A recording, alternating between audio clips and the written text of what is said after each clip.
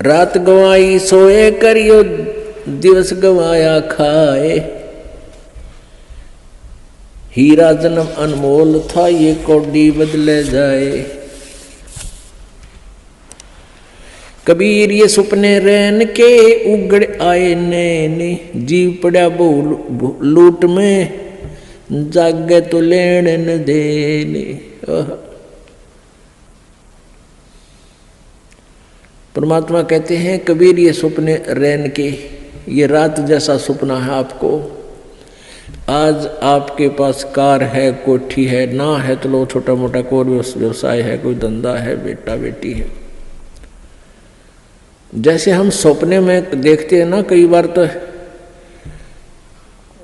या ऐसा सपना देखते हैं कि तो कार में घूम रहे हैं, ठाठ कर रहे हैं, खूब मौज मार रहे हैं, और उठे तो फिर साइकिल भी कोई ना घर पे।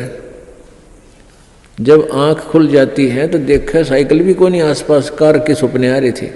तो ऐसे ही हमारे ये स्वप्न हैं, ये जो कुछ भी आप देख रहे हो ये सपना समझो।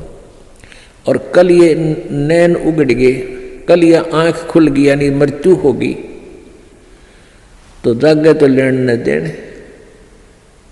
अब वहां धर्मराज के दरबार में विचार आओ इसको जाकर के, अरे बेटा था, बेटी थी, कहाँ थी, तेरे की कुछ भी ना था, उन्हें धक्के खा रहा था, मतलब सपना था।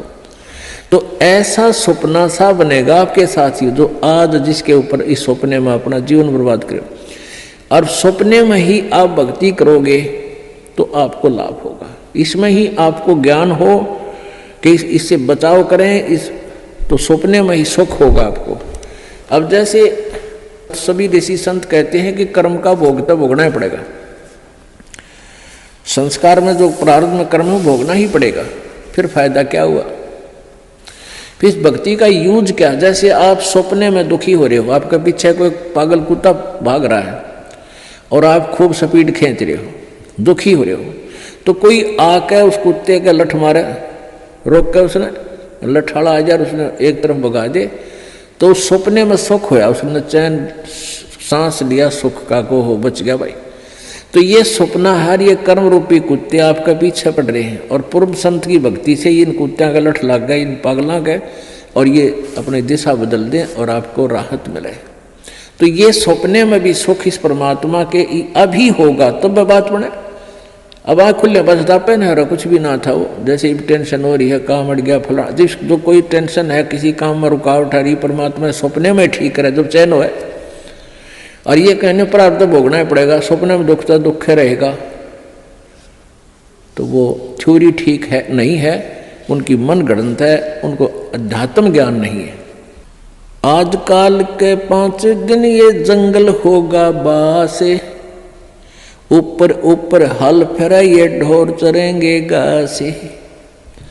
आजकल यह 5 दिन अर्थात एक ना एक वो दिन आएगा, आप जी का जंगल में वास होगा, आप जी का शरीर छूटेगा और आप जी को शमशान घाट पर शरीर का अंतिम संस्कार हो जाएगा। और फिर इस तुम्हारी जो है ना मिट्टी के ऊपर ढोर फिरा करेंगे, डांगर हंडेंगे, घूमया करेंगे।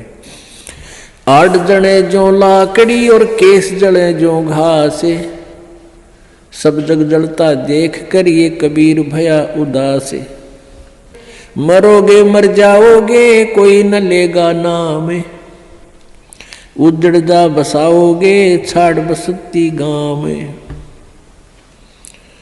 कहते हैं आज तुम जिस परिवार के वंश चलाने के चक्कर में दिन रात फिर लगे रहते हो, आपकी मृत्यु के बाद कोई आपने याद भी ना करे, 6 महीने रोंगे मुश्किल से। अब आजकल तो 10 दिन में कर दें सारा काम,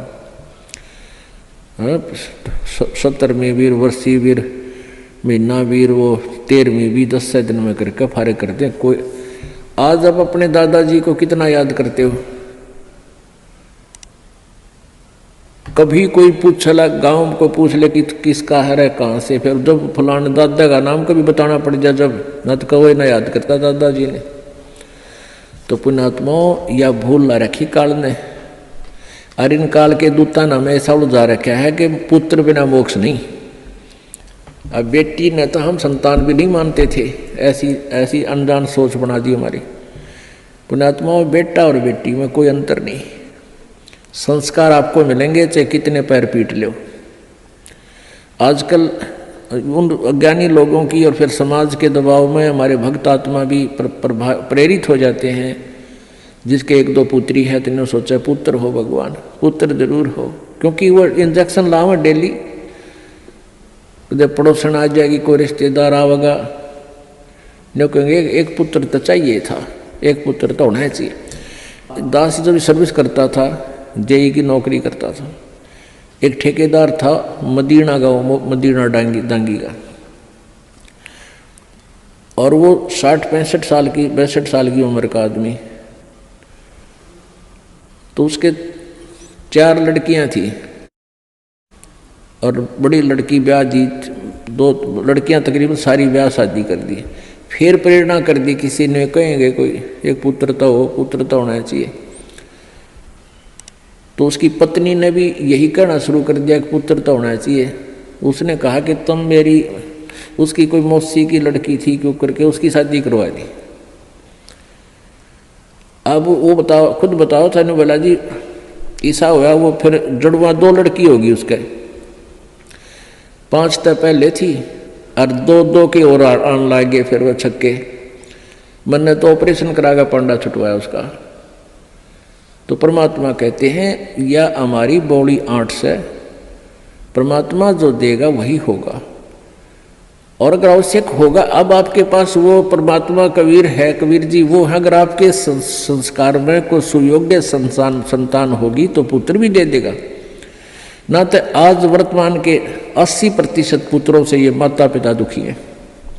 पुत्री तो शादी कर दी हुई पराई, यहाँ रहती है तब आपका पूरा काम करे, कभी आज्ञा का अवहेलना नहीं करती लड़कियां, और पुत्र छोटा ऐसा लाग जा रहा, खोए अलान ना करूं क्यों, और बेटी कभी नहीं बेचारी मना करती। तो हमने इन अज्ञानी अनजान ऋषि संतों के अज्ञान के कारण हम इतना भेद बना बैठे थे एक आत्मा में, आत्मा वही बेटी और बेटे की। तो इस प्रकार हमारी इन नकली संतों ने हमारा समाज व्यवहार कति बिगाड़ दिया, हमारी सोच बदल रखी थी, जिस कारण से हम आधे से ज्यादा तक न्यों दुखी रहा करते थे। अब वर्तमान में आप देख रहे हो पुत्र, ये बुरी बात नहीं है पुत्र अब, लेकिन इस ज्ञान को प्राप्त करके आपका फिर पुत्र हो चाहे पुत्री आपको दुखी नहीं करेंगे, क्योंकि वो बचपन से इस ज्ञान में भगवान के रंग में रंग जाएंगे, और परमात्मा की शक्ति आपकी भक्ति से आपके साथ रहेगी। और मान ले कोई छोटा मोटा संस्कार में कोई निकम्मा बालक आ भी गया तो उसने मालिक ठीक करेंगे, सीधा करेंगे, उसको किसी प्रकार भी करें, चाहे आपको दुख नहीं होने देंगे। तो इसलिए परमात्मा की हम चाह में भटका करते थे कि वो सारे ही सुख दिया करता है। कबीर हाड जले लकड़ी जले और जले जावन हारे, और देखण आड़े भी जले, अब किस्तें करूं पुकार। अब परमात्मा कबीर जी कहते हैं कि जो किसी की मृत्यु होगी वो तो जले, और जो उसको जलाने जाएंगे एक दिन वह भी जलेंगे, और जो देख रहे हैं खड़े होकर के फलाना मर गया देखो उसकी चिता जले है, और वह भी जलेंगे एक दिन, उनको भी वहीं जाना है। पर वो बुद्धि इतनी काम ना करती, इतना दबाव है हमारे ऊपर, प्रेशर है, नशा है, हमने डर ना लगता कि हम भी वहीं जाना है, हमने भी एक दिन वहीं जाना है। वो दिन याद कौन रखते हम, और वो अब याद रहेगा। मौत बेसारी बावड़े तन अचरज किया कौन, तन माटी में मिलेगा जो आटे में।